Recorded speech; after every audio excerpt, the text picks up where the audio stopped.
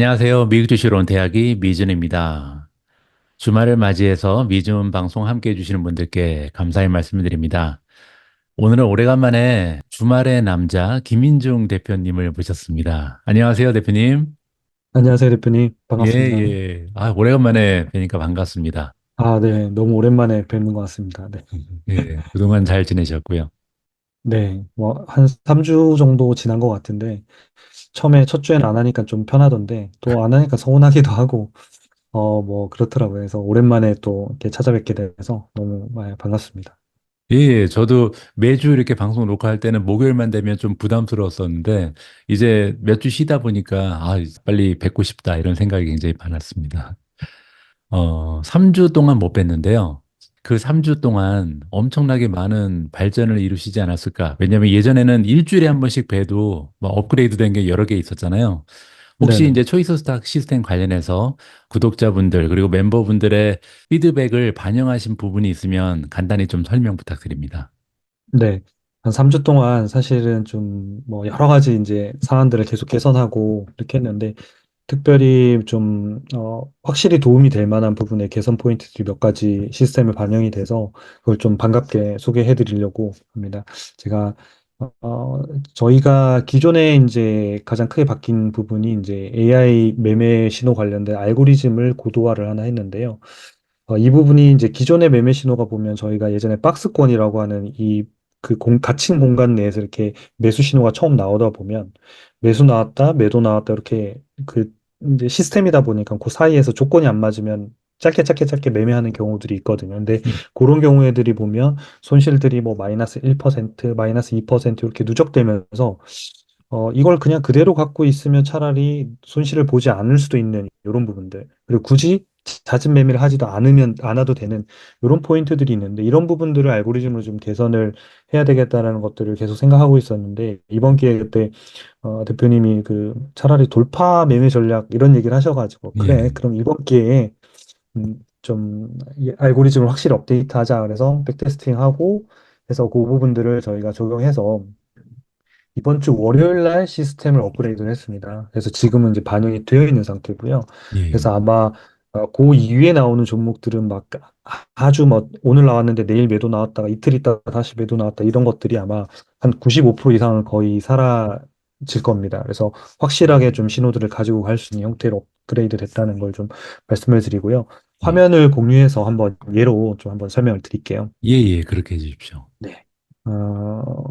화면 보이시죠? 네, 예, 보이시면 제가 한 종목을 하나 예를 들어서 보여드릴게요. 엠코 그룹이라는 회사인데, 이 예, 회사가 이제 최근 6개월 동안의 이런 데이터를 보면 여기 매매들이 좀 이렇게 잦았다는 거를 우리가 알 수 있죠. 여기 보면 그렇죠. 여기 이제 우리가 일명 박스권이라고 할 수 있는 이 부분에서 상당히 지금 매수 매도 매수 매도 매수 매도 이렇게 움직였는데 결국 마지막에는 뭐 매수를 잡아서 수익을 내고 있기는 하지만 요 기간에 이런 부분들을 상당히 횟수를 줄여주면 얼마나 더 좋을까. 음, 여기서 물론 이제 주가가 밑으로 빠질 수도 있으니까 그런 부분들 때문에 이제 시스템이 이제 매도하고 이런 부분들을 잡고 있었던 건데 그래도 개선할 수 있는 포인트들이 있을 것 같아서 이 부분에 대한 알고리즘들 업데이트를 좀 개선을 했고요. 그래서 지금은 저희가 동일한 조건으로 이 기업의 백테스팅을 했을 때 현재 매수 매도가 여기서 총 5회가 이루어졌는데 이게 한 번으로 줄더라고요.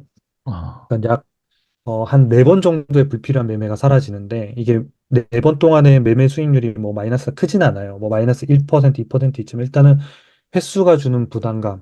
그러니까 나는 어제는 또 매수였는데 매도로 바뀌었나? 이런 거에 대한 어떤 부담감을 조금 덜어드릴 수 있을 것 같고 또 매도하다 보면 또 어쨌든 수수료가 나가야 되는 문제가 있는데 그 수수료도 줄여드릴 수 있을 것 같고 그다음에 이제 여기서 손실들도 어쨌든 쌓이면 전체 누적 손실을 줄이는 역할을 하는데 이것들이 발생하지 않게끔 잡아주면서 전체적으로 수익률에도 플러스 효과를 주는 이런 형태의 알고리즘을 저희가 반영을 했습니다. 그래서 이런 엠코 그룹과 같은 이런 형태의 기업들이 앞으로는 아마 거의 아마 보시기 힘드실 거예요. 그래서 이 어, 부분들의 신호를 통해서 아마 업데이트하면 여기에 매수에 찍혔다가 한 번인가 매도했다가 그 다음에 바로 매수하고 끝나는 이런 형태로 아마 이제 알고리즘이 바뀌게 될 겁니다. 그래서 조금은 더 여러분들이 편하게 이런 시스템을 좀 이용하실 수 있도록 업데이트가 됐다는 반가운 소식을 네, 전해드리고 요것뿐만 아니라 이거와 관련된 부분들을 더 추가로 고도화하는 작업들에 대한 알고리즘도 하나 더 개발을 하고 있거든요.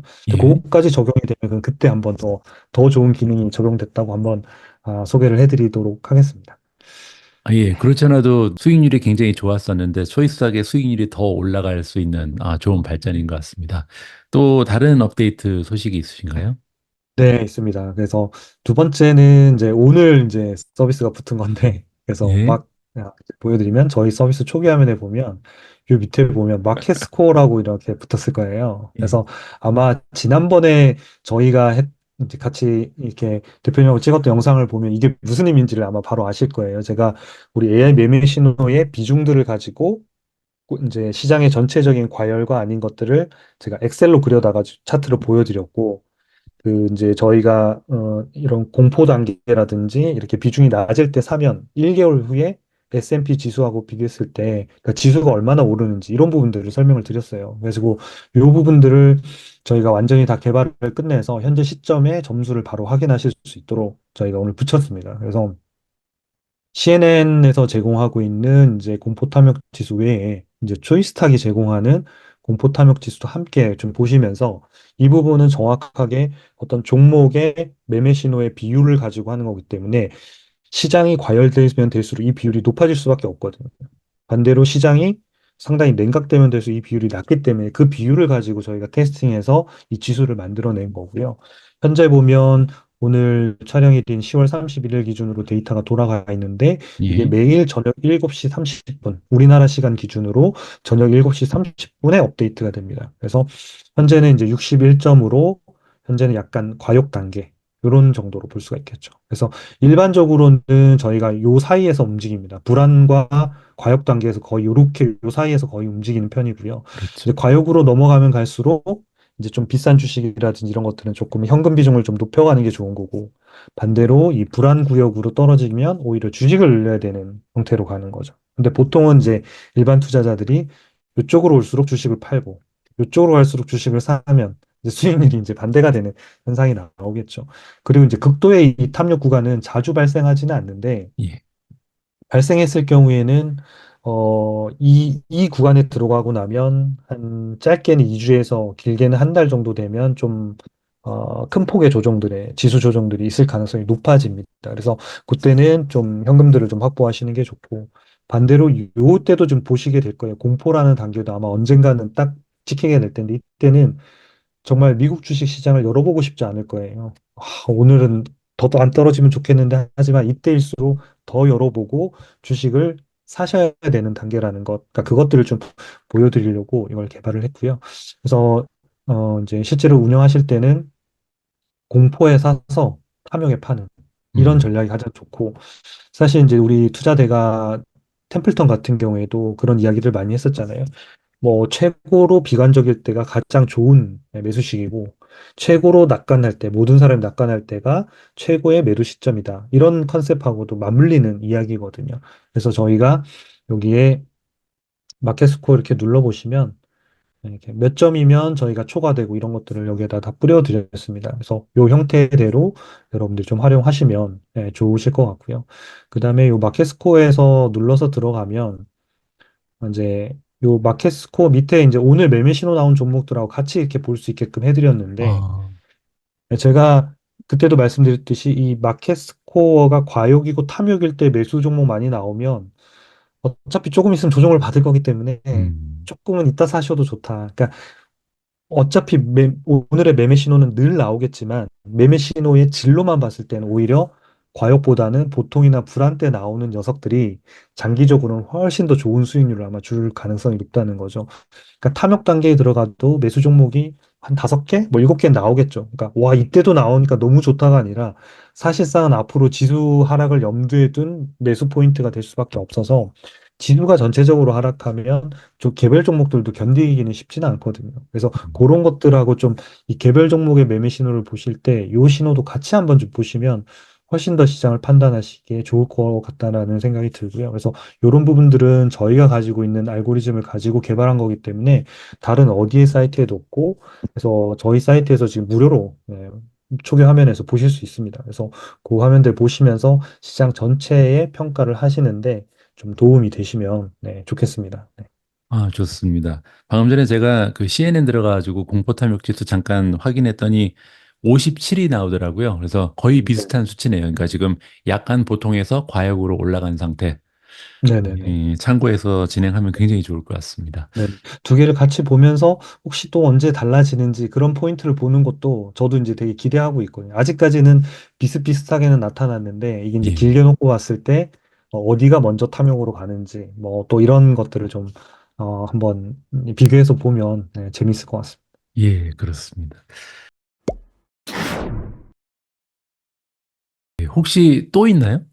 아, 네. 뭐 짧지만 한 두 가지 정도만 하나 아, 말씀을 그래요? 드릴게요. 예, 예를 들어서 밑에 요 컨센서스 데이터들 볼 때, 예, 요 예. 성장률을 제가 맨날 여기다가 글자로 숫자로 음, 예, 써드렸었잖아요. 예. 그래서 어떤 분들이 아니, 성장률을 그냥 나오게 해주시면 안 되나요? 그래서 그냥 나오게 해드렸습니다. 그래서 보시면 그냥 24년 9월은 그렇고 그 다음 연도에는 매출액이 7.5% 오르는구나. EPS는 8%, 11%.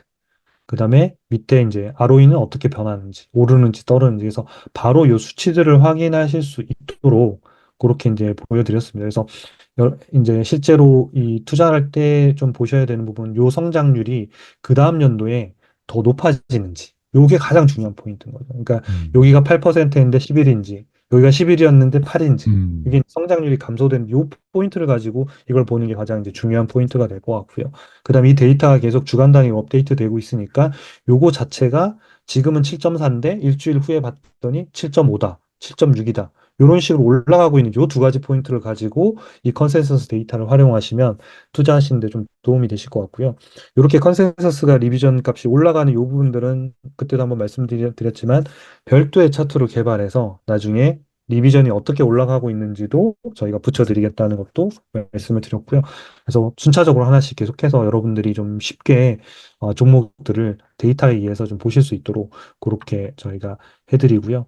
마지막으로는 요 밑에 보면 주당 배당금 이제 데이터에 저희가 이게 뭐가 달라졌지 하겠지만 여기 예상치가 이제 들어가기 아, 시작했어요. 그전에는 저희가 여기 예상치가 없었거든요. 예, 그래가지고 예.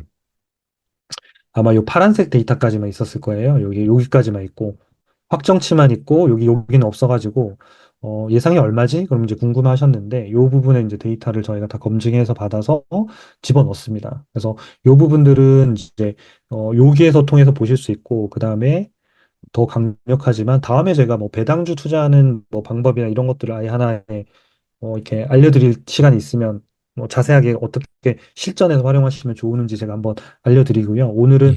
요 배당이 어떻게 바뀌었는지만 알려드릴게요. 그래서 저희는 이게 배당에 대한 매력도만 따로도 평가를 합니다. 요거는 배당이 아닌 영역은 평가하지 않고요. 그러니까 배당의 안정성, 그다음 배당이 중간에 중단된 적이 있는지, 배당을 몇 회나 올렸는지, 올리는 성장률 어땠는지를 종합적으로 데이터를 다 평가해서 이 별점 5점 만점으로 주거든요. 그래서 예. 이제 애플 같은 경우에 3.5점이고 저희는 배당 매력주라고 보는 기준이 한 4점 정도예요. 별점 5점 만점에 4점 정도를 보고 있고. 그래서 여기 보면 이제 여기도 보면 이렇게 반영이 돼 있죠. 예상이. 그래서 음, 과거 10년치 데이터에 저희가 여기다 0.43, 0.99 이렇게 이제 찍어드렸고, 이 부분이 이제 실제로 투자하실 때 좀 배당주라고만 했을 때 좀 보실 때는 어떤 개념에서 보시면 좋으냐면 시가 배당률이 여기가 제일 높고 최근엔 보면 뭐 0.7이지만 이 0.4라는 얘기는 주가 수준으로 보면 이때에 비하면 높다는 거고, 그러니까 주가가 높아지면 배당 수익률이 낮아지잖아요. 그래서 예, 예. 배당 수익률로만 밸류에이션을 해봤을 때는 주가가 좀 높은 수준이구나라는 거를 이 10년치 차트를 통해서도 알 수가 있거든요. 그래서 이런 부분들은 제가 나중에 고배당주를 분석할 때 방법에 대한 저희 툴을 쓰는 방법과 관련해서 한번 소개해 드릴 수 있는 시간이 있으면 그때 한번 자세하게 한번 알려드리고요. 그러면 배당 매력주만 발굴하시려고 하면 어떻게 되냐? 저희가 또 항상 발굴은 여기 밑에 발굴에 들어가시면 됩니다. 그래서 제가 한번 들어가 볼게요. 예. 발굴에 들어가서 여기 레시피라고 하는 게 있습니다. 레시피라고 하는 게 거의 다 스크리닝 기능이라고 보시면 되거든요. 음, 그래서 가운데 있는 레시피 메뉴를 누르고 여기 보시면 배당 매력주라고 있죠. 이 예, 배당 예. 매력주를 누르면 시가 배당률 단순 순이 아니라 저희가 생각하는 배당의 안정성, 중간에 뭐 배당 컷을 한 적이 있는지, 중간에 뭐 예를 들어서 안 준 적이 있는지, 또는 더 얼마나 늘린 적이 있는지 다 체킹해서 배당 매력도를 매기거든요. 그러니까 저희가 자체 알고리즘을 매기는 거고요. 그래서 예. 배당 매력추를 눌러보면 예전에는 여기가 특정 시가 배당, 그러니까 작년 배당 수익률 기준으로 여기가 찍혀 있었어요. 예. 요 부분의 데이터들이. 그러다 보니까 올해는 그 정도 안 주는데 좀 약간 좀 너무 이 부분이 올드한 거 아니냐 이런 음. 이제 얘기들이 있어서 이번에 예상 시가 배당률을 적용하면서 전부 다 바꿨습니다. 그래서 여기에 있는 배당 매력주는 단순히 예상 시가 배당률 순이 아니고요. 시가 배당률이 높다 하더라도 여기에서 별점이 4점을 통과하지 못하면 저희는 아예 여기다 뿌리지 않습니다. 음. 그러니까 별점이 4점이 아니라는 얘기는 뭐냐면 중간에 얘가 배당 컷을 한 적이 있거나 중간에 안정성이 떨어진다고 보기 때문에 그런 기업들을 굳이 찾아서 열심히 보지 마셔라 이런 이야기가 되는 거고요. 여기에서 뭐 하나를 이제 살펴보면 요런 회사들 그다음에 뭐 캐피탈도 있고 뭐 BDC 요런 데들이 뭐 22.9% 이렇게 나와 있는데 배당 수익률이 상당히 상대적으로 높은 이제 기업들 같은 경우에는 여기 들어가서 이제 여기 보면 지금 시가 배당률 갑자기 이렇게 점핑하는 경우들이 있잖아요. 예. 그러면 이런 경우는 어떤 경우냐면 대부분 특별 배당이 들어가는 가능성이 되게 높아요. 그러니까 없던 배당률이 여기 보면 주당 배당이 보통 1달러대였다 갑자기 3.5로 잡히잖아요. 그러니까 그렇죠. 이런 경우에는 보통은 이제 그런 케이스들이 높기 때문에 그런 케이스는 저희가 별도로 주석을 따로 달아드릴 거예요. 그래서 음. 속지 마셔라라는 부분들 좀 달아드릴 거고요. 그래서 요 배당에서는 아까 이 배당 리스트 중에서 저희가 시가 배당률이 높다고 해서 무조건 좋은 기업은 아니고요. 왜냐하면 뭐 우리가 소득세를 내야 되잖아요. 그래서 뭐 리츠라든지 또는 뭐 이런 BDC라든지 또는 뭐 이런 회사들 같은 경우에는 법인세를 안 나다 보니까 받아서 배당세가 국내에서 투자자들 같은 경우에는 36.9%를 내야 되거든요. 어. 그러니까 미국에서 원천 징수를 30%를 하고 예. 그다음에 한국에서 떼는 게 아마 6.9%인가 그럴 거예요. 그래서 그 예.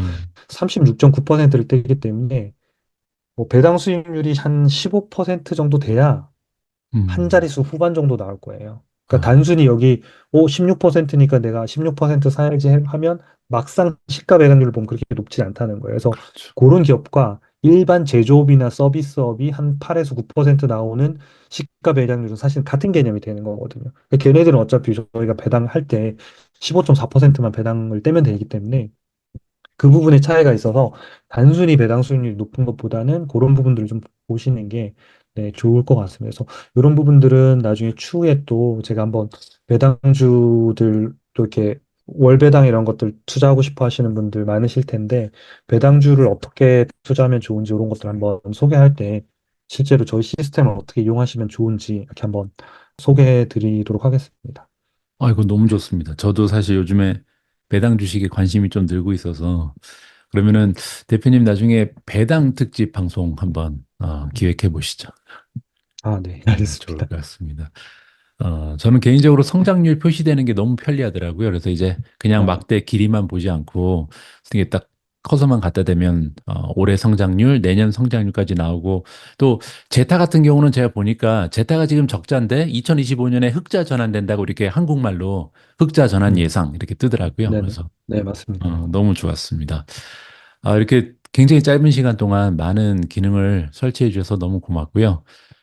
제가 방송 시작하기 전에 한 가지 더 요청드린 부분이 있는데 그 부분도 혹시 잘 해결되면 다음 방송에서 또 말씀해 주시면 좋을 것 같습니다. 아, 네, 알겠습니다. 예. 네. 그 전에 참, 카드사를 좀 확대해달라고 하는 요청들이 좀 예, 있으셨는데, 맞아요. 예. 네, 저희가 이제, 그거는 저희가 안 하려고 안 한 게 아니라, 피지사에서 어쨌든 저희가 하고 있는 업에 대한 부분에 대해서 좀 라이센스 안 나오는 부분이 있었는데, 저희 아는 지인을 통해서, 예. 네, 다른 피지사를 통해 가지고 일단은 개발을 끝냈습니다. 그래서 아마 기존에 안 되셨던 아마 국민카드라든지 BC카드라든지 이런 것들이 좀 큰 채널들인데 예, 그런 예. 것들이 아마 다 되실 거예요. 그리고 지금 그 방송을 보실 때는 아마 안 되실 거고 다음 주 아마 한 화요일 정도에 네, 들어가서 보시면 기존의 카드사 외에도 아마 네, 다 결제하실 수 있도록 그게 이제 어, 확대가 네, 일단 개발은 끝났습니다. 네, 아, 거기까지 네, 업데이트된 소식이었습니다. 좋습니다. 이렇게 제가 저번에도 말씀드렸지만 그 뭐 멤버분들이 이런저런 피드백을 주실 때 바로바로 적용할 수 있는 거는요 정말 대단한 능력인 것 같습니다. 그만큼 굉장히 훌륭한 팀 멤버를 지니고 계시고 또 의지가 있다는 거잖아요. 앞으로도 초이스 스탁 발전하는 모습 계속해서 좀 기대가 되는 것 같습니다. 자, 이제 본격적으로 오늘의 방송을 좀 진행해 봐야 될 것 같은데요. 잘 알고 계신 것처럼 한 달에 한 번씩 김인중 대표님과 저랑 수익률, 사실 저희의 대결이 아니죠. 초이스 스탁과 그 시킹 알파의 수익률 대결이 펼쳐지는데요. 주식을 섹터별로 선정을 하고 그리고 향후 1개월, 2개월, 3개월 이렇게 순차적으로 과연 어느 정도의 수익률을 내는지 약간의 게임 형식으로 프로그램을 진행하고 있습니다. 이러한 컨텐츠를 만드는 이유는요, 사실 재미 요소를 좀 넣으면서 우리가 시스템을 공부하는 좀 의욕을 만들고자 하는 그런 의미거든요. 사실 주식 투자하면서 한 달의 움직임, 두 달의 움직임, 세 달의 움직임을 이렇게 예측한다는 것은 거의 불가능하겠죠. 만약에 그렇게 쉽게 예측이 가능하면 누구나 다 부자가 될 수 있으니까요. 그래서 이게 재미 요소가 가장 중요한 거고, 그래서 재미 요소를 통해서 학습 기능이 주요한 목적이라는 것을 시청자 여러분들께서 좀 이해를 해주셨으면 합니다. 제가 이런 말씀을 드리는 이유는 이제 김인중 대표님 그 부담이 계시니까 지난주에도 그 종목을 가져오신 종목을 보니까요. 걱정하셔가지고 좀 변동성 큰 거는 빼셨더라고요. 그래서 약간 무거운 주식 위주로 선정을 하셨던데 앞으로는 조금 재미있게 폭락해도 괜찮으니까요. 조금 과감하게 그 종목을 선택하셔도 좋을 것 같습니다. 알겠습니다. 예. 일단 그 제가 화면 공유를 좀 해서 지난 한 달 전이죠. 한 달 전에 우리가 추천했던 주식의 성적을 잠깐 점검하고요. 그러면 이번 주에는 또 어떤 주식이 선정됐는지 재밌는 코너로 넘어가면 좋을 것 같습니다. 자, 일단 저 같은 경우는 지난 한 달 전이었죠. JD.com을 준비를 했었죠. 그때 지금까지 수익률을 보니까요. 5.16% 떨어졌습니다. 그래서 좀 난감한 게 JD.com 같은 경우는 스토리가 굉장히 좋았거든요. 물론 이제 옆에 보시면 퀀트 스코어도 완벽했고 펀드 멘탈이 굉장히 좀 튼실하고 또 거기에 중국 정부에서 부양책도 내놨고 또 우리가 차트를 봤을 때 돌파를 했기 때문에 제가 JD.com은 한 10% 이상 올라가지 않을까 이렇게 기대를 했었는데 의외로 5% 이상 하락을 해버렸습니다. 다행히 제가 추천했던 주식 한 가지가 더 있죠. 그게 이제 카니발이었었는데요. CCL이죠. 한 달 동안 22.6%나 급등을 했습니다. 카니발이 이렇게 많이 올라간 이유는 보니까 한 달 전에 이제 우리가 배틀 시작한 다음에 중간에 이 어닝 시즌이 있었습니다. 카니발도 그렇고 이 크루즈 종목들이. 그래서 크루즈 종목들이 그 어닝 결과가 너무나 좋아가지고 카니발뿐만 아니라 대표적인 뭐 로얄 캐리비안이라든지 대부분의 크루즈 종목이 굉장히 많이 주가가 올라갔더라고요. 그래서 제가 운 좋게 이번 배틀은 조금 앞서 나가고 있죠. 아직까지는 3개월 후에 봐야겠지만 김인중 대표님이 선정하신 종목도 제가 점검할까요? 어떻게? 네네, 그러시죠. 예, 뭐 같은 예, 화면에서 그냥 보시는 게. 예, 예. 자, 김민주 대표님 처음에 선정하신 종목은 멜리였습니다. 메르카도 리브레고요. 제가 이제 아까 말씀드렸는데 워낙 무거운 주식을 선택하시다 보니까 안 움직였죠. 시장하고 거의 비슷한 시장도 지금 한 1% 빠졌을 것 같은데 1% 정도 지금 하락을 했고요. 한번 볼까요? 스파이가 어떻게 됐는지. 어, 스파이는 지금 1% 정도 올라갔네요. 그래서 뭐 시장도 굉장히 그 상승폭이 적은 반면 멜리 같은 경우도 거의 움직임이 없었다. 이렇게 보시면 될 것 같고요. 온 홀딩 같은 경우는 3%. 따라서 지금 김인중 대표님이 선정하신 종목은 거의 움직임이 좀 없는 무거운 주식을 선정하신 걸로 제가 좀 결론을 내봐도 좋을 것 같습니다. 예, 저 같은 경우는 한 종목은 급락하고 한 종목은 급등하는 이런 추세를 만들어냈고요. 하여튼 계속해서 2개월 후에 어떻게 되는지 그리고 3개월 후에는 어떻게 되는지 재미를 위해서 계속해서 팔로우 하도록 하겠습니다. 자, 그러면 이번에는 카메라 마이크를 김인중 대표님께 좀 넘겨야 될 것 같습니다. 오늘도 두 종목을 우리가 좀 선정을 해봤는데요. 일단은 김인중 대표님께서 선정하신 종목을 먼저 소개를 해드리도록 하겠습니다. 화면 공유해 주시고 오늘 선정된 첫 번째 종목을 소개해 주시면 좋겠습니다. 참고로 이번 사실 주에 저희가 선정한 종목은 테크 주식이죠. 그래서 테크주는 또 워낙 종류도 많고 또 섹터도 서브 섹터가 많기 때문에 저희가 임의로 선정한 이번 달의 섹터는요, 반도체 그리고 반도체 장비입니다. 그래서 한국 분들이 정말 애정하는 반도체 주식 그리고 반도체 장비 주식에서는 과연 두 개의 그 퀀트 시스템에서 어떠한 종목을 선정했는지 관심을 가지고 한번 지켜보시면 재미가 있을 것 같습니다. 예, 부탁드립니다. 네. 일단 반도체 종목들에서 지금 현재 시점에서 뭘 고르는 게 좀 가장 어려웠던 것 같아요. 왜냐하면 일단은 반도체가 대부분이 좋은 평가들을 받거든요. 그러니까 언제 살 거냐 안 살 거냐 요걸로 사실상 수익률이 결정될 수 있는 타이밍이다 보니까 뭐 아마 오늘 촬영할 때와 아마 다음 주에 촬영하면 종목이 달라질 수도 있을 정도로 그렇죠. 변화가 있지 않을까라는 게 있어서 일단은 이제 IT에 들어가서 좀 봤습니다. 그래서 제가 화면을 좀 일단 이제 요 밑에 발굴해 가서 저희는 지난번처럼 투자 매력도에 들어갔고요. 여기에서 이제 테크놀로지를 선택하면 여기에 보면 이제 반도체와 반도체 장비 소재 이렇게 이제 두 가지가 서브로 이렇게 나와 있거든요. 그래서 예. 요 두 가지에서 뭔가 괜찮은 기업을 좀 찾아야겠다. 그리고 이왕이면 많이 오르지 않는 종목 했는데 또 다 올라와 있으면 이것도 그렇고 또 지금은 또 너무 비싸서 신호가 아닌 것도 그렇고 막 이렇게 걸르다 보니까 정말 기업이 잘 안 나오더라고요. 그래가지고 음. 막 고민을 했었는데 일단은 이제 저희가 첫 번째 이제 여기 반도체로 해서 반도체는 이제 저희가 이제 항상 저희가 이 미래 성장성으로 해서 성장성으로 정렬해서 이제 저희가 요 점수 위주로 본다라고 이제 말씀을 드렸었고 예. 그래서 엔비디아, ARM 홀딩스, AMD 요 형태대로 지금 성장률이 쭈루루루 있는 거거든요. 그래서 음. 제가 요 종목들을 하나씩 쭉 봤습니다. 봤는데 현재 최근에 매수 신호가 나왔거나 이런 것들이 거의 없는 거예요.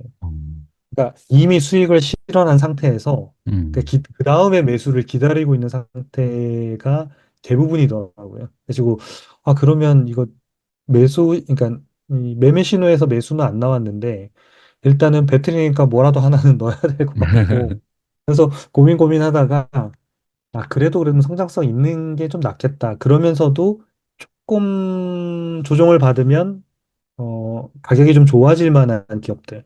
음. 에서 골라보자. 그래서 엔비디아는 워낙 뭐 유명하고 이런 것들이니까 제가 1번이라서 제외를 했고요. 두 번째 있는 이 ARM 홀딩스를 골랐습니다. 음. 그래서 ARM 홀딩스가 가장 이제 두 번째로 성장률이 높아서 이 얘를 골랐고요. 그래서 제가 눌러서 한번 들어봐 보도록 하겠습니다. 예.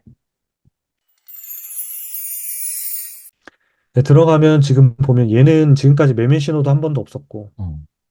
아직도 관망이고 그러니까 주가가 떨어지기를 기다리고 있는 이런 상태거든요.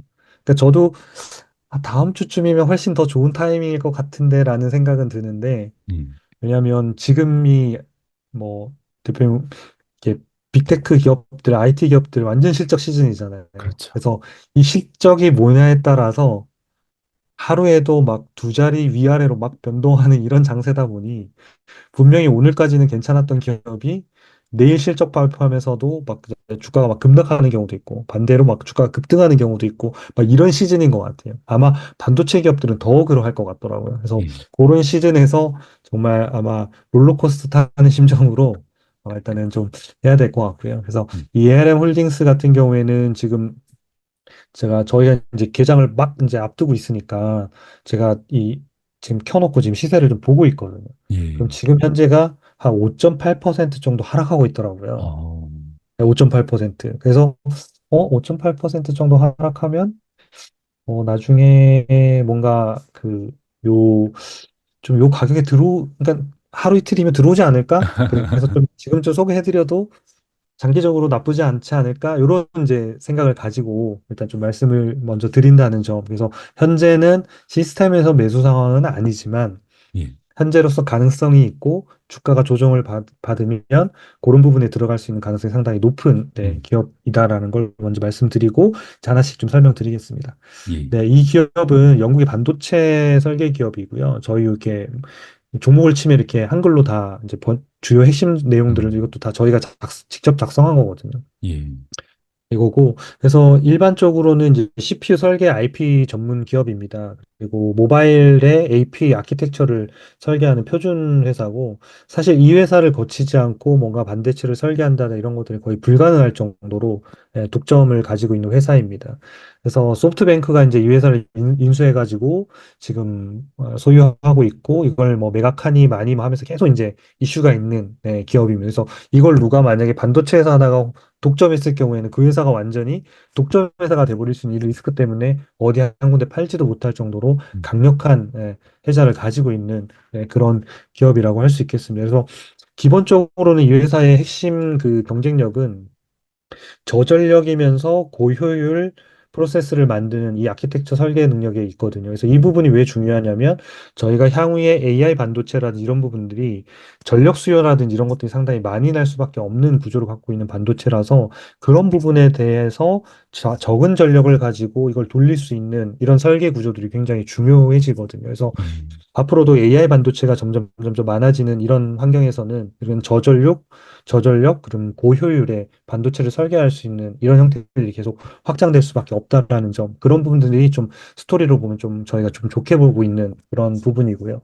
또 하나는 이제 이 회사의 주요 고객사들이 뭐 엔비디아라든지 그다음 뭐 브로드컴이라든지 우리나라의 뭐 삼성전자라든지 뭐 미디어텍 이런 회사들이 전부 다 고객사로 있고 이런 회사들이 이제 라이센스를 사서 이제 찍어내면 이제 거기에 맞춰서 돈을 내고 또 판매되는 거에 또 연동돼서 또 돈을 또 수수료를 수취하는 게 비즈니스 모델을 가지고 있는데 최근에 이 회사가 퀄컴이랑 약간 소송이 걸려 있는 상태예요. 맞아요. 그래서 퀄컴하고 소송이 걸려 있는데 저희가 요 뉴스를 보면 저희가 가끔 이제 뭐 이렇게 중요한 뉴스는 있습니다. 아예 뭐 저희가 미디어는 아니니까 뉴스를 쓰진 않지만 제휴해서 하는데 여기 보면 이제 뭐 ARM과 퀄컴이 반도체 위기다. 그래서 라이센스 계약을 취소한다고 통보했다. 그래서 이런 음, 부분들에 대한 얘기가 나오는데 요 내용의 핵심이 뭐냐면 기존에 이제 퀄컴이 아니라 퀄컴이 인수한 조그만 이 누비아라는 회사가 있는데 이 회사에다가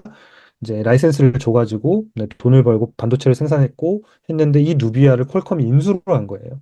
인수를 해가지고 얘네 기술을 통해서 반도체를 하니까 퀄컴이 요즘 엄청 잘 나가잖아요. 예. 잘 나가는데 대기업이랑 이런 데들은 라이센스 가격이 다른 거예요. 음, 그러니까 ARM은 더 받고 싶은데 누비아 거를 받고 있으니 이제 많이 화가 나는 거죠. 그래서 퀄컴한테 너 누비아 거 내면 안 된다. 이거는 음, 안 돼.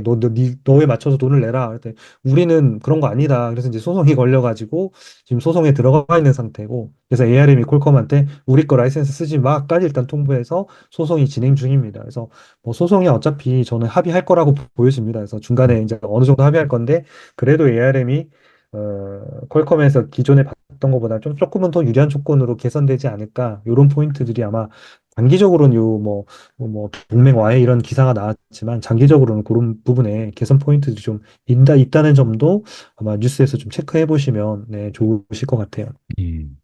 그다음에 이제 종목 분석으로 직접 한번 들어갈게요. 이렇게 종목 분석에 들어가면 저희가 이 종목 진단을 가지고 저희가 이 5가지 항목을 뭐 재무제표뿐만 아니라 기업의 미래 실적들 이런 것들 다 체킹해서 한 번에 보여드리는 거거든요. 그러니까 어떻게 보면 이게 이제 기업 분석 리포트라고 보시면 돼요. 그걸 하나의 한 화면으로 보여드렸다는 건데, 여기 보시면 미래 성장이 85점.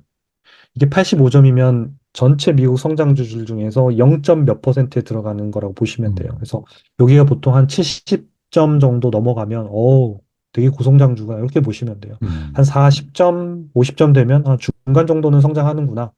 만약에 한 10점, 20점 그러면 성장률이 한 자리겠구나. 뭐 이런 정도의 감을 잡으시면 되고요.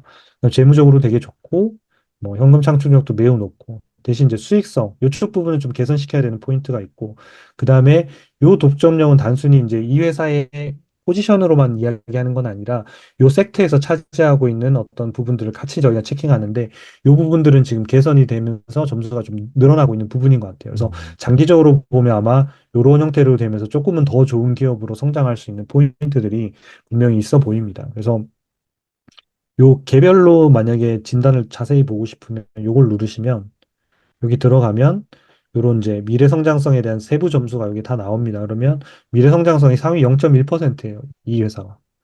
그 음, 다음에 재무 안정성은 그냥 거의 만점이고. 그런 형태로 나타나서 여기에서 보시는 것은 조금 더 자세히 보실 수 있는 화면, 요 음, 진단으로 들어가는 것. 아까 제가 본 화면은 그냥 개요 화면에서 첫 화면에서 그냥 심플하게 보는 요 화면이고요. 그래서 요 종목 진단으로만 봤을 땐 여전히 성장성이 상당히 빠른 그런 기업이겠구나라고 이제 우리가 확인할 수 있고, 특별히 재무나 실적에 이런 데서 리스크를 체크할 수 없는 그런 좋은 기업이다라고 판단할 수 있겠습니다.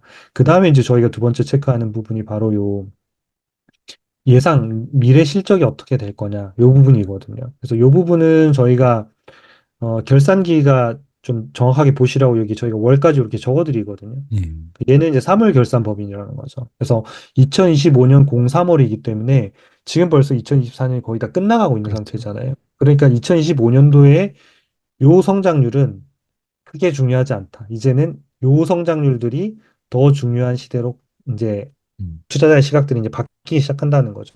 그랬을 때 저희가 이제 요 지수 요걸 이제 만들어 드렸으니까 이렇게 보는 거. 매출액이 이제 22%고 내년도에는 24%니까 성장률이 줄지 않는구나. 음, 성장이 살아있구나. 예, 그래서 좀 더 좋게 쳐줄 수 있다는 거죠. 그러니까 여기서 22에서 24인 기업과 22에서 18인 기업은 다르게 보는 게 좋다는 거죠. 그 다음에 이익적인 부분은 여기는 워낙 이제 기저효과 때문에 점핑해서 195%지만 내년에도 한 음, 58%니까 성장률로만 보면 매출액 24%에 58%에 이런 정도의 성장이 보이고 2027년도 어떤 분들이 이거 하나만 더 보여주시면 안 돼요? 이제 얘기를 또 하시더라고요. 그래서 저희 상당히 많이 고민하고 있습니다. 저희 내부에는 가 있긴 한데 그래서 요거를 하나를 밀고 음, 파란색 두 개, 회색 두 개를 할까 지금 세 개를 해야 될까 이런 지금 고민들을 하고 있습니다. 그래서 이게 고민한다는 얘기는 도입을 상당히 긍정적으로 검토한다는 얘기니까 조금 기다려 주시면 데이터를 좀 체크해서 예, 아예 그 부분까지도 보실 수 있게끔 해드리려고 하고 있습니다. 그러면 좀 더 장기적인 성장률을 보시면서 판단하시기 좋으실 것 같아요. 그래서 일단은 오늘은 없으니까 제가 숫자로 좀 가져왔는데 2027년도에 지킬 매출액은 이제 60억 달러로 22%, 그 음, 다음에 EPS는 1.91달러로 41%가 늘어요. 그러니까 음, 이제 여전히 앞으로 2, 2년 동안도 성장이 꽤나 나올 건데 아마 실적 시즌이고 오늘도 주가가 빠지고 있다고 해서 이런 부분들이 단기적으로는 좀 할 수는 있지만 한 2년 놓고 나서 좀 이렇게 좀 길게 놓고 보고 충분히 매력 있게 볼 만한 성장주, 반도체 종목이다. 이렇게 좀 말씀을 드릴 수가 있겠습니다. 요 음, 밑에 이제 주가하고 EPS 차트도 제가 늘 설명드리는 건데, 왜냐하면 이제 이 주가라고 하는 결국은 이 EPS를 따라 움직이는 그림자라고 말씀을 드렸고, 그래서 EPS가 이렇게 해서 여기까지 올라가서 아까 1.36달러죠. 여기 있었고, 그 다음에 이제 내년도가 1.9달러니까 아마 이렇게 그려지겠죠. 그럼 지금 현재 주가가 요때 한번 이제 올라갔다 떨어졌고 다시 이제 올라가는데 이런 형태로 해서 주가가 한 하루 이틀 정도 뭐 일일이 빠질 수는 있겠죠. 근데 전체의 흐름이 계속 이렇게 갈 거냐? 결국은 아마 이제 이런 흐름대로 충분히 갈 거라는 거죠. 그러니까 이런 흐름이 갈 때 이 왼쪽에 주가가 어느 수준까지 갈 건지를 가늠해 볼 수 있는 차트가 바로 이제 이 차트거든요. 그래서 이 차트는 저희 회사에서만 볼 수 음, 있는 그 이제 주가랑 한국 EPS를 보여주는 차트거든요. 그러니까 이거는 여기에서 꼭 확인해 보셔가지고 예, 여러분들이 투자하고 계시는 종목들도 그런 개념으로 확인하시면 조금 호흡을 길게 볼 수 있는 이런 투자를 하실 수 있으실 것 같습니다. 그래서 그런 관점에서도 보면 뭐 이렇게 좋은 그런 흐름이다 이렇게 말씀드릴 수 있고요. 그 다음에 이제 우리가 밸류에이션을 봐야 되는데 싸냐 비싸냐에 대한 문제가 있는데 여기 보면 이제 고평가가 있었잖아요. 여기 이제 밸류에이션이 그냥 고평가 이렇게 하는데 요것만 이렇게 보지 마시고 요걸 클릭해서 들어가면 요 밸류에이션도 저희 회사의 자체 알고리즘으로만 개발한 밸류에이션이에요. 음, 그래서 증권사 컨센서스에 제공하는 거하고 다릅니다. 그래서 증권사에서 제공하는 목표가 뭐 해외에서도 많은 사이트들이 제공하잖아요. 가보면 주가가 오르면 달만 하면 목표가 오르고 음, 떨어지면 낮추고 이게 괴리율에 맞춰서 움직이는 케이스들이 상당히 많이 보실 수 있어요. 그래서 저희는 그렇게 해서는 도움이 안 되겠다고 보고 이 부분을 계속 연구해서 저희만의 시스템을 보여주고 저희 철학에 맞는 것들을 보여주려고 하는 게 저희의 장점이거든요. 그러니까 시킹 알파나 이런 데들은 뭐 글로벌 데이터 회사들이니까 데이터로만 보면 저희하고 비교가 할까 안 될 정도로 많이 갖고 있죠. 많이 갖고 있는데 그 투자 철학을 가지고 어떻게 보여주고 있느냐라는 점에서는 저희는 자신 있게 시킹 알파하고 이렇게 보여드리고 있다. 이런 철학으로 말씀드릴 수 있을 것 같습니다. 그래서 이 밸류에이션을 보면 처음에 상장했을 때는 이제 값이 안 나오다가 처음에 산정한 게 요때부터 이제 저희가 이제 밸류에이션을 산정했고 요때만 하더라도 주가가 비싸다. 이렇게 지금 평가를 했던 거거든요. 그러다가 요 시점에 보면 요때가 주가가 한 110달러 정도 들어오는 시점이 밸류에이션 밴드 안으로 쏙 들어오는 이런 시점이거든요. 그러니까 요 시점이 보면 아 주가가 이제는 비싸지 않은 구간에 딱 들어왔구나라는 거를 지점을 음, 보여주고 있는 거고 예, 그다음에 여기에서 이제 다시 이제 이 기업의 가치가 아까 성장하니까 당연히 이렇게 오를 거잖아요. 그러니까 주가도 잠깐은 이렇게 중간중간에 보면 이런 요런 조정하는 포인트들이 생기잖아요. 예, 예. 하지만 이게 올라간다고 이제 누구나 다 서로 알고 있으니까 장기적으로 보면 이런 흐름인데 단기적으로는 흐름이 이렇게 움직일 수밖에 없다. 그래서 요 과정에서 우리가 어떻게 견뎌내느냐가 되게 중요한 좋은 기업에 투자할 때는 중요한 포인트인 것 같고요. 그래서 지금은 저희가 여기 살짝 이게 벗어나 있다 보니까 신호가 안 나오는 거예요. 음, 얘가 주가가 아마 한 요 정도 떨어져야 얘가 딱 매수 신호가 나올 거예요. 저희는 비싸면 안 사거든요. 그러니까 예. 올라가는 걸 따라잡는 시스템은 아니라서 그래서 여기를 지금 기다리고 있는데 일단 요 종목을 선정을 했기 때문에 그러면 지금 오늘 이제 5.8%가 떨어지니까 그러면 여기 요 선에는 일단 들어오긴 하겠다. 그리고 이번 주에 뭐 이런 어쨌든 전체적으로 보면 반도체나 이런 데들이 조금 조정을 받는 느낌이 좀 있거든요. 있으면 좀 좋은 기회가 되지 않을까. 그래서 사실 다음 주에 추천해드렸으면 더 좋았을 것 같다는 생각은 그러니까 지금 가격에 저희가 사라 팔아 뭐 이런 개념에서의 수익률 대회는 아니니까 그러니까 그 말씀을 미리 드리고 혹시라도 뭐 투자 포인트를 잡거나 그런 분들은 조금은 호흡을 길게 하셔도 괜찮다. 근데 이건 분명히 좋은 기업인 거는 맞다라는 거를 요 밸류에이션을 통해서 좀 말씀을 드릴 수가 있을 것 같고요. 그래서 전체적으로는 이제 좀 정리를 하면 매매 신호는 그래서 아직은 나온 바가 없다. 그래서 한 번도 지금 나온 적이 없지만 조금만 주가가 조정을 받으면 나올 가능성이 있고 아까 그 성장률이 높은 기업들 중에서는 그래도 가장 현재로서는 나올 가능성이 높은 기업을 음. 겨우겨우 찾아서 일단은 첫 종목으로 소개를 해드렸습니다. 예, 감사합니다. 지난달에 제가 들고 나온 종목 보시고 이번에는 이제 심기일전 하시는 것 같습니다. 굉장히 좀 위험성이 있지만 상승폭이 클 수 있는 암을 들고 나셨는데요. 암 같은 경우는 제가 몇 달 전에 방송에서 이제 미준 방송에서 말씀드렸는데 제가 사고 싶었는데 계속 못 사는 종목이 두 개 있었어요. 하나는 브로드컴, 또 하나는 암인데 브로드컴. 다행히 브로드컴은 진입을 해서 이제 수익을 내고 있고요. 음, 암은 아직도 못 들어갔습니다. 음. 제가 암을 왜 이렇게 못 사는지 모르겠어요. 그 캠브리지에 살고 있어서 이 본사가 바로 여기거든요. 집에서 별로 안 네네. 멀어요. 그래서 친구 중에도 암 다니는 사람도 많이 있고, 그래서 암에 다니는 사람들이 얘기하는 거 들어보면 프로세스가 굉장히 그 오토매틱으로 다 바뀌어 있더라고요. 그래서 네, 인력도 많이 안 든대요. 여기 이제 설계만 하는 회사이기 때문에 이 오토메이션이 잘 돼 있으면 AI가 일을 다 하고 사람은 이제 체크만 하고 이런 식으로 좀 자동화가 많이 돼 있더라고요. 그래서 마진도 계속 올라갈 가능성도 높고 아까 대표님이 굉장히 중요한 말씀 해주셨는데 저전력 아키텍처니까 앞으로 이제 인공지능이 활성화되면 사실 열 때문에 문제가 되잖아요. 그래서 그 냉각 장치 만드는 기업들도 주가가 많이 올라갔는데 또 맞습니다. 네. 전력 소외주도 많이 나오고 있고 그래서 네네. 앞으로 그암 아키텍처를 활용하는 전자기기들이 점점 늘어날 가능성이 높다 이런 전망이 나오고 있는 상황입니다. 뭐 지금은 사실 뭐 노트북이나 PC는 애플 빼고는 다 그 x86인가요? 인텔 아키텍처로 하고 있는데 네네. 나중에는 다 암으로 바뀔 수도 있다 그러더라고요. 그래서 그런 거 생각하면 굉장히 매력적인 회사인 것 같습니다. 좋은 종목 소개해 주셔서 감사합니다. 자, 그러면 제가 암에 대적할 만한 종목을 좀 선정을 해야 될 것 같은데요. 시킹 알파 들어가서 그 저번 주에도 보여드렸는데요. 탑스톡이라는 메뉴가 있습니다. 탑스탁으로 들어가면 이제 지금 현재는 42종목으로 줄었네요. 지난주에는 50종목이 넘었었는데 지금 시킹알파에서 가장 좋은 종목이라고 이제 탑픽으로 선정한 종목이 42종목으로 줄은 상태고요. 그만큼 이제 아까 김민준 대표님 말씀하신 것처럼 워낙 오른 종목이 많아서 그런 것 같습니다. 밸류에이션 때문에 좀 많은 종목이 탈락했다. 개인적으로 이렇게 판단하고 있고요. 어, 지금 나와 있는 종목 중에서 반도체만 보기 위해서는 이 필터를 바꿔야 되거든요. 어드밴스드 필터로 가서 섹터랑 인더스트리를 클릭하시고요. 돈 누르시고 여기 에딧 필터 가서 바꿔야겠죠. 지금은 이제 전체 모든 11개의 섹터가 들어가 있는데 그중에서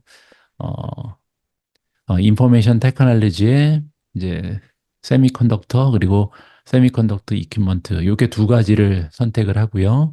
그리고 나서 다시 누르면 종목이 딱 나와야 되는데 보시는 것처럼 리절트가 없습니다.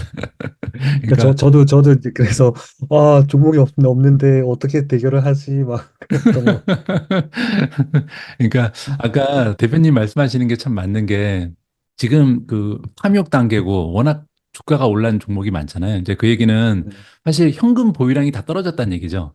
투자자가 현금이 없으면 추가적으로 주가를 올리기가 참 어렵다. 그래서 지금 시킹알파 같은 경우도 반도체랑 반도체 장비 주식은 추천하고 싶은 주식이 없다. 이렇게 지금 나오고 있는데요.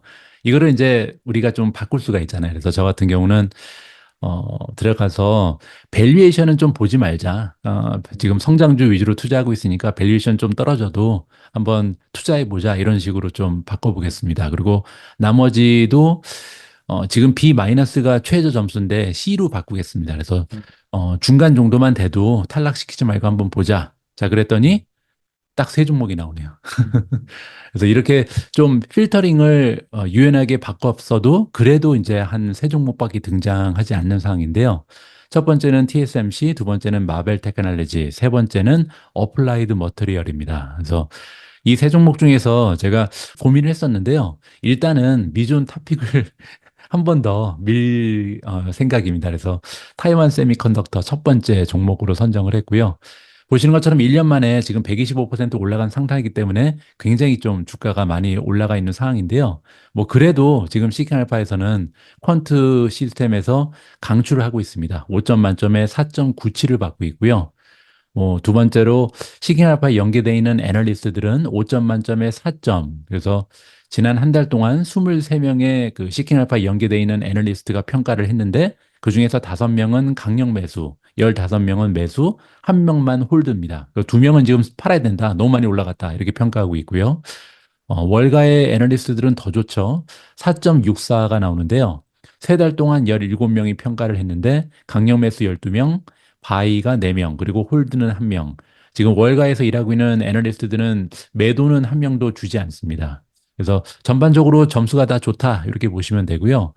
퀀트 스코어를 보시면 나머지는 다 A 아니면 A 마이너스, A 플러스죠. 그래서 정말 펀더멘탈에 있어서는 타입 추종을 불허하는 그런 종목이 TSMC다 이렇게 볼 수가 있는 거고요. 밸류에이션도 나쁘지가 않습니다. 사실 C 플러스니까. 그래서 자세하게 한번 밸류에이션을 들어가 보면요. 현재 PER이 27배, 28배 가까이 되는데 과거 5년 평균은 22배거든요. 그래서 지금 PER만 보면 과거에 비해서는 조금 더 비싸다. 그만큼 이제 프리미엄이 올라간 건데요. 그래도 27배면 사실 반도체 종목 중에서는 그렇게 높은 수준 아니죠. 옆에 보면 섹터 미디언이 있는데요. 섹터 미디언은 뭐냐면 반도체 종목에서 중간 정도 가는 밸류에이션이 29배라는 겁니다. 그래서 반도체 종목치고는 오히려 싼 거죠. 그리고 뭐 TSMC의 밸류에이션이 반도체 평균도 안 되는 이유는 이제 우리가 잘 알고 있는 것처럼 이제 지정학적인 위기가 있다. 그래서 근데 이 부분은 저는 한국 분들은 조금 유리한 것 같아요. 왜냐하면 외국 사람들이 보기에는 한국도 당장 전쟁 날 것처럼 느껴지거든요. 북한 지금 2시간 거리인데 네, 차 타고 금방 가는 거리에 적이 그렇게 있는데 거기 불안해서 너 어떻게 살아? 이렇게 물어보는 외국인들이 많이 있거든요. 그래서 네, 대만 상황도 사실 밖에서 보면은 위태위태해 보이는데 실제로 대만 사람들은 그렇게 걱정 안 하거든요. 그래서 이 부분은 사실상 밸류에이션이 떨어질 수 있는 하나의 뭐 계기는 되지만 뭐 투자를 완전히 사실 TSMC가 없어질 정도면 다른 반도체 종목도 다 타격을 받을 수밖에 없기 때문에 좀 일어나지 않아야 될 일이다. 개인적으로 좀 생각을 합니다. 그리고 이제 한 가지 고무적인 부분은 PEG를 보시면 저는 이제 PEG를 굉장히 중요시 여기는데요. PE 레이쇼를 성장률로 나누면 1.0 아래로 떨어져 있기 때문에 이 의미는 그거죠.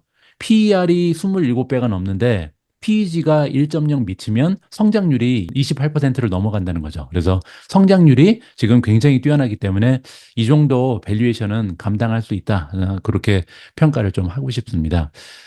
성장률 잠깐 볼까요? 지금 TSMC 같은 경우는 지난 1년 동안 22.6% 성장했고요. 그리고 이제 다가오는 1년 동안은 14.5%라고 나와 있는데 이 수치는 개인적으로 예전에도 한번 말씀드린 것처럼 더 올라갈 수 있을 것 같아요. 저는 TSMC가 과연 이렇게 15%도 안 되는 성장률을 올해 만들어낼까, 그러니까 앞으로 1년 동안 만들어낼까, 요거는 조금 너무 보수적이지 않나 개인적으로 판단을 하고 있고요. 매달 매달 성장률이 나오기 때문에 사실 굉장히 투자하기 용이합니다. 그래서 월별로 발표되는 매출 수치 보면서 이 수치는 얼마든지 상승 가능하다. 이 부분을 우리가 좀 짐작을 하면 좋을 것 같아요. 그리고 요 밑에 보시면 시깅알파 같은 경우는 EPS의 그 장기 성장률을 좀 계산을 해놨습니다. 그러니까 애널리스트가 앞으로 3년에서 5년 정도 EPS가 어느 정도 성장하는지 여기 써놨는데요. 평균적으로 31.2%거든요.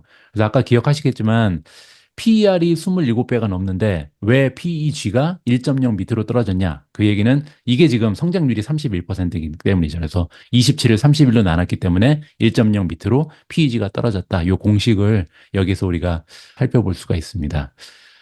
다음에는 모멘텀을 좀 봐야겠죠. 미준 채널에서는 모멘텀이 중요하니까요. 트레이딩 뷰 가서 테크니컬 누르시면 의외로 중립이네요. 저는 TSMC가 중립까지 떨어졌는지는 몰랐는데 최근에 이제 어제부턴가 좀 주가가 좀 떨어졌죠. 그래서 지금 11위 평선하고 21위 평선이 뚫리면서 주가가 떨어지는 바람에 중립으로 지금 하강했습니다. RSI 지수도 51이니까 뭐 중간 정도 와 있는 거죠. 그래서 부가 지표는 지금 벌써 셀로 바뀌었고 이동 평균선은 아직까지는 바인데 중립 합쳐서 이제 8개, 10개, 8개, 셀이 8개, 바이가 8개 정도 되는 것 같습니다. 주가 차트 잠깐 확인하면요. 저는 이제 1년 차트를 주로 보는데 한동안 굉장히 주가 차트가 좋았거든요. 왜냐하면 정고점이 뚫리면서 정고점이 뚫려가지고 이제 돌파라고 생각을 했는데 지금 대선이 다음 주 화요일 날 있어서 대선의 영향이 아닐까. 여기서 이제 이 정고점이 다시 뚫리면서 밑으로 내려가면 조금 한참 떨어질 수도 있겠죠. 굉장히 좋은 추세였는데 잠깐 이게 눌림목인지 아니면 추세가 전환된 건지는 조금 더 지켜볼 필요가 있을 것 같습니다. 어쨌든 오늘 내일 아까 그 김인준 대표님 말씀하신 것처럼 좀 오늘도 분위기가 안 좋은 것 같아서요. 추가적으로 주가가 떨어질 가능성은 얼마든지 있는 것 같습니다. 어쨌든 저는 지금 시그널파에서 가장 좋은 점수를 받고 있는 TSMC를 다시 한번 추천해 보기로 이렇게 마음을 먹었습니다. 자, 다음에 두 번째 종목을 김인중 대표님께서 추천해 주시면 좋을 것 같습니다.